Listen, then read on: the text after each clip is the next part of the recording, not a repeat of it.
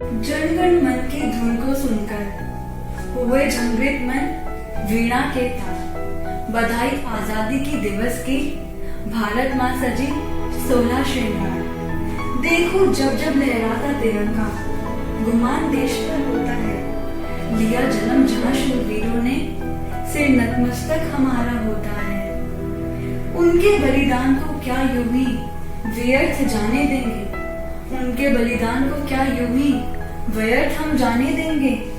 क्यों ना आज हम कसम खाएं, आज न कभी देश पर हम आने देंगे। स्वतंत्रता और आजाद भारत, जब भी हम ये 3 शब्द सुनते हैं तो हमारे मन में उन वीर महापुरुषों का नाम आता है जिन्होंने माँ भारती के लिए अपने प्राणों की आहुति दे दी। लेकिन हम उन वीरांगनाओं को भूल जाते हैं जिन्होंने अपना नाम ना उजागर करते हुए वीरता, देशभक्ति और नारीत्व की ऐसी परिभाषा दी है कि जब भी हम उनका नाम लेते हैं तो हम गौरवान्वित महसूस करते हैं। इतिहास के पन्नों में इन वीरांगनाओं को वो तवज्जो नहीं मिली जिनके वो प्रतिभागी थे, लेकिन उन्होंने बताया कि एक नारी सिर्फ गृहस्थी तक सीमित नहीं, बल्कि जब जब भारत माता को जरूरत पड़ी तब तब देश की हर नारी ने माँ काली का रूप धारण करके इस देश की अस्मत की रक्षा की। ये देश इसी वीरांगनाओं से भरा है। जरूरत है तो इतिहास के पन्नों से उन्हें ढूंढ कर निकालने की। तो चलिए आज हम आपको बताते हैं ऐसे ही कुछ वीरांगनाओं की वीर गाथा। ब्रिटिश शासन के खिलाफ स्वतंत्रता के लिए संघर्ष उनके जीवन का हिस्सा बन गया था। वे अपने देश को ब्रिटिश शासन के चंगुल से मुक्त कराने के लिए किसी भी तरह का बलिदान करने के लिए तैयार थी। वे भारतीय राजनीति में शामिल हुई और उन्होंने 1922 में नॉन कॉपरेशन मूवमेंट में भी भाग लिया था। उन्होंने सॉल्ट सत्याग्रह मूवमेंट का आंदोलन भी किया था, जिसके कारण उन्हें गिरफ्तार किया गया और वे 3 साल तक जेल में रही थी। दुर्गाबाई देशमुख महात्मा गांधी के विचारों से प्रभावित थी और उन्होंने उनके विचारों का प्रचार अपने आसपास हर जगह किया और महिलाओं को चरखा और बुनाई का ज्ञान देने के लिए स्कूलों की स्थापना की। लड़कियों और विकलांग बच्चों की शिक्षा के क्षेत्र में उनके प्रमुख योगदान के कारण उन्हें इंदिरा गांधी द्वारा mother of social work in India का खिताब भी दिया गया और उन्हें Paul J Hoffman award, Nehru literacy award, UNESCO award और पद्म विभूषण से भी सम्मानित किया गया। दुर्गाबाई देशमुख आने वाली पीढ़ियों के लिए हमेशा एक उदाहरण बनी रहेंगी। आजादी के लिए हर भारतीय सेनानी ने एक अहम योगदान दिया।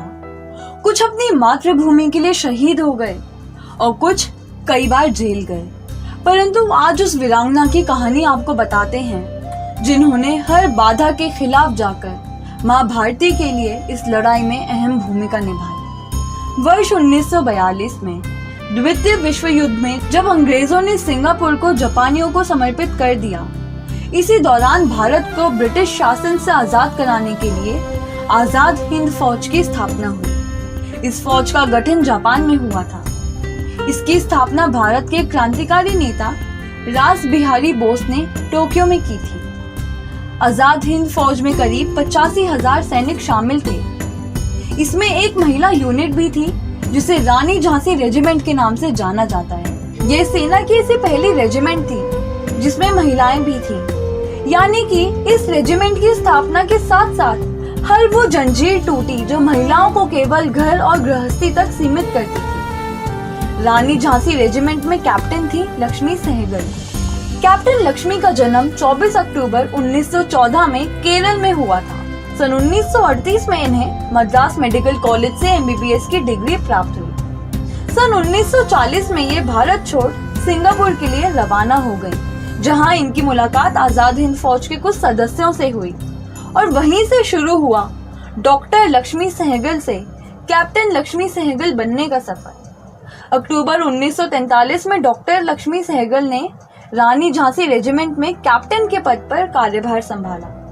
काम के प्रति अपने साहस और दृढ़ निश्चय की बदौलत बाद में उन्हें कर्नल का पद भी मिला। सन 1998 में इन्हें भारत सरकार द्वारा पद्म विभूषण से सम्मानित किया गया। लंबी बीमारी के बाद 23 जुलाई 2012 की सुबह कानपुर के अस्पताल में इनका निधन हो गया। वो चली तो गई इस दुनिया से, लेकिन हर भारतीय नारी को सशक्त कर गई। ये वीरांगना अमर रहेंगी और हर भारतीय के दिल में हमेशा जिंदा रहेंगी। किसी भी कीमत पर स्वतंत्रता का मोल नहीं किया जा सकता। वह जीवन है, भला जीवन के लिए कोई क्या मोल नहीं चुकाएगा। पार्वती गिरी एक स्वतंत्रता सेनानी और समाज सुधारक थी, जिन्होंने अंग्रेजों से लड़ने के लिए 11 साल की उम्र में स्कूल छोड़ दिया था। स्वतंत्रता के बाद उन्होंने अहिंसा और आत्मनिर्भरता का मार्ग अपनाया और अपना जीवन सामाजिक कार्यों के लिए समर्पित कर दिया। उनका जन्म 19 जनवरी 1926 में हुआ था। वे बारगढ़ जिले के समलापदर गांव में पली बढ़ी थी। विभिन्न आश्रमों की यात्रा करते हुए उन्होंने पारंपरिक हस्तशिल्प, अहिंसा एवं आत्मनिर्भरता, जो कि गांधीयन फिलॉसफी का हिस्सा है, उन्हें सीखा। जल्द ही उन्होंने पूरे राज्य में ग्रामीणों को न केवल बुनाई की ट्रेनिंग दी, बल्कि स्वतंत्रता संग्राम के बारे में जागरूकता भी बढ़ाई। उन्होंने 1942 में क्विट इंडिया मूवमेंट के दौरान बड़े पैमाने पर अभियान चलाया था। एक अन्य घटना के बाद पुलिस ने उन्हें गिरफ्तार कर लिया था और उन्हें 2 साल की सजा भी सुनाई गई थी। उन्हें the mother Teresa of western Odisha के नाम से भी जाना जाता है। अब दूसरी वीरांगना जिनकी कहानी हम आपको बताने जा रहे हैं, वो है बेगम हजरत महल, जिन्हें आप वाजिद अली शाह की बेगम के रूप में जानते होंगे। लेकिन क्या आप जानते हैं 1857 की लड़ाई में उनका एक अहम योगदान है। 1857 में उन्होंने ईस्ट इंडिया कंपनी के विरुद्ध विद्रोह किया था। बेगम हजरत महल का जन्म फैजाबाद में सन 1820 में हुआ था। उनके बचपन का नाम मोहम्मदी खातून था। वे पेशे से गढ़निगा थीं और जब उनके माता पिता ने उन्हें बेचा तब वे शाही हरम में खावासीन के तौर पर आ गई। इसके बाद उन्हें शाही दलालों को बेच दिया गया, जिसके बाद उन्हें परी की उपाधि दी गई और वे महक परी कहलाने लगी। जब अवध के नवाब ने उन्हें अपने शाही हरम में शामिल किया तब वे बेगम बन गई और हजरत महल की उपाधि उन्हें अपने पुत्र बिरजिस कादर के जन्म के बाद मिली। जब ब्रिटिश ईस्ट इंडिया कंपनी के अधिकारियों ने अवध राज्य को हड़प कर उनके पति नवाब वाजिद अली शाह को कोलकाता भेज दिया, तब बेगम हजरत महल ने वीरता और नालित्व का ऐसा स्तंभ खड़ा कर अवध की बागडोर संभाली। सन 1857 और 58 के प्रथम स्वतंत्रता संग्राम के दौरान राजा दयालाल सिंह के नेतृत्व में बेगम हजरत महल के समर्थकों ने ब्रिटिश ईस्ट इंडिया कंपनी के विरुद्ध विद्रोह कर दिया और लखनऊ पर कब्जा कर लिया। लखनऊ पर कब्जा करने के बाद हजरत महल ने अपने नाबालिग पुत्र बिरजिस कादर को अवध की गद्दी पर बिठा दिया, परंतु ईस्ट इंडिया कंपनी ने फिर से अवध और लखनऊ के ज्यादातर भाग पर कब्जा कर लिया और बेगम हजरत महल को पीछे हटना पड़ा। इसके बाद उन्होंने नाना साहेब पेशवा के साथ मिलकर काम किया और फिर फैजाबाद के मौलवी के साथ मिलकर शाहजहांपुर आक्रमण को अंजाम दिया। उन्होंने अंग्रेजों पर हिंदुओं और मुसलमानों के धर्म में दखल अंदाजी करने के आरोप भी लगाए। दुर्भाग्य से उनके संगठन की अभूतपूर्व क्षमता के कारण उन्हें हार का सामना करना पड़ा और भागकर उन्होंने नेपाल में शरण ली, जहां उनकी मृत्यु सन 1879 में हो गई। 10 मई 1984 को भारत सरकार ने उनके सम्मान में एक डाक टिकट जारी किया। भले ही इस संग्राम में उन्हें जीत न हासिल हुई हो, परंतु इस लड़ाई से हर देशवासी के मन में आजादी की वो चिंगारी उत्पन्न हुई, जिसके कारण हम आजादी की वो हवा देख पाए। तिरंगा है झंडा हमारा, बीच चरखा चमकता सितारा, शान ये है इज्जत हमारी, सर झुकाती है हिंद सारी। चाहे सब वो खुशी सा चढ़ाना, पर वीरों का झंडा कभी ना झुकाना। गोलियों की झाड़ी अब लग गई थी, नींव आजादी की पड़ गई थी। 21 अगस्त 1907 को इंटरनेशनल कॉन्फ्रेंस जर्मनी के स्टटगार्ट में हुई थी। लगभग 1000 देश के प्रतिनिधि वहां पर मौजूद थे। तब एक जाबाज महिला उठी, उसने झंडा लहराकर कहा, ये आजाद भारत का झंडा है। मैं यहाँ मौजूद सभी सदस्यों से निवेदन करती हूँ कि वो उठें और इस झंडे को सल्यूट करें। वह झंडा था तिरंगा। उसमें हरा, केसरिया तथा लाल रंग के पट्टे थे। लाल रंग यह शक्ति का प्रतीक है। केसरिया विजय का तथा हरा रंग साहस एवं उत्साह का प्रतीक है। उसी प्रकार 8 कमल के फूल भारत के 8 राज्यों के प्रतीक हैं। वंदे मातरम यह देवनागरिक अक्षरों में झंडे के मध्य में लिखा था। यह झंडा वीर सावरकर ने अन्य क्रांतिकारियों के साथ मिलकर बनाया था। वहां बैठे सभी सदस्य उन्हें देखने लगे और सभी ने मिलकर झंडे को सलाम किया। भीकाजी कामा अंग्रेजी राज द्वारा देश में हो रहे शोषण को पूरी दुनिया में उजागर करना चाहती थी। वह सफल भी हुई, लेकिन आजादी 40 साल आगे थी। भीकाजी कामा का जन्म 24 सितंबर सन 1861 में एक पारसी परिवार में हुआ था। 1902 में भीकाजी लंदन चली गई और अंग्रेजों ने उनके सामने शर्त रखी कि जब तक वे राष्ट्रवादी गतिविधियां छोड़ न दें तब तक वे भारत नहीं आ सकती। उसके बाद वे विश्व भर में घूमकर भारतीय राष्ट्रवाद को बढ़ावा देती रही। 1835 में पूरी तरह थक जाने के बाद और उसी साल लकवा पड़ने से उन्होंने भारत वापस आने का फैसला लिया और भारत वापसी के 9 महीने बाद ही उनका निधन हो गया।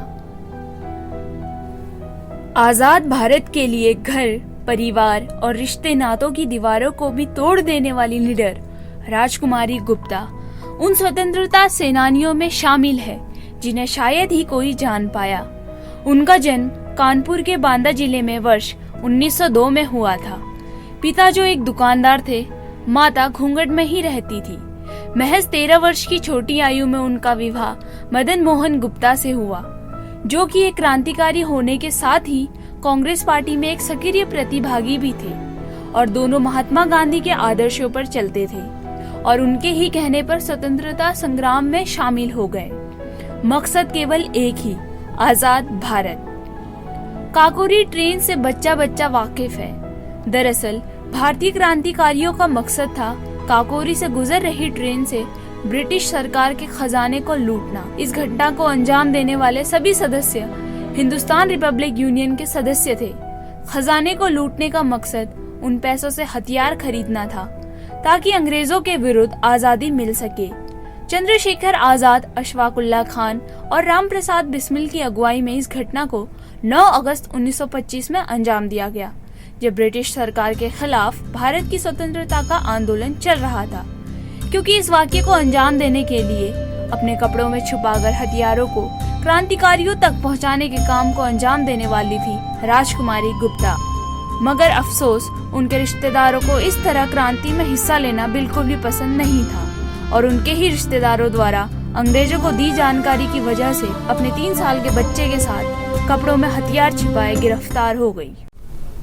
आज हम आजाद तो हैं, लेकिन ये आजादी हमें इतनी आसानी से नहीं मिली थी। इस आजादी के लिए हमें बहुत बड़ी कीमत चुकानी पड़ी थी। इस आजादी के लिए उन वीर स्वतंत्रता सेनानियों ने अपनी ना सोचकर हमारे खातिर अपने प्राणों का बलिदान दे दिया।